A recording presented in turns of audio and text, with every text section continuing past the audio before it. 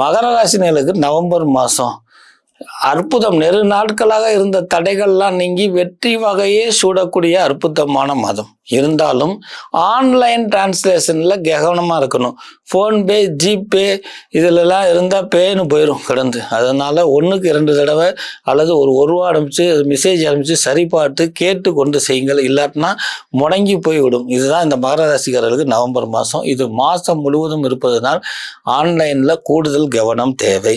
ஆன்லைனில் இருக்கக்கூடிய பிஸ்னஸில் பண்ணுறவங்களுக்கும் இது பொருந்தும்.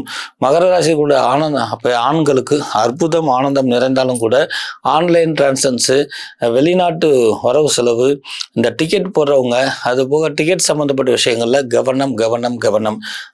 மகர ராசியில் இருக்கக்கூடிய பெண்களுக்கு 17ஆம் தேதி முடிக்க நன்மையும், அதற்கு மேல் சிறு சிறு பொருள்கள் களவு போகிறதுக்கு வாய்ப்பு இருப்பதும், மனக்குழப்பம் ஏற்படுவதற்கும், தூக்கமற்ற நிலையும் இருப்பதனால் குலதெய்வ வழிபாடை கூட்டிக் கொள்வதும், மகிழ்ச்சியான தருணங்கள் மாலை நேரத்தில் ஆடு வீடி மாத வீடி அறையில் இருக்கக்கூடிய கோயிலுக்கு சென்று விளக்கு போடுவது உங்களுக்கு ஏற்படக்கூடிய கிரக தோஷத்தையும் மனக்கசப்பும், உங்களுக்கு ஏற்படக்கூடிய பொருளாதார சிறப்பு, அதாவது பொருளாதார சீரழிவையும் தடுக்கும். அருகில் இருக்கக்கூடிய ஆலயம் சென்றால்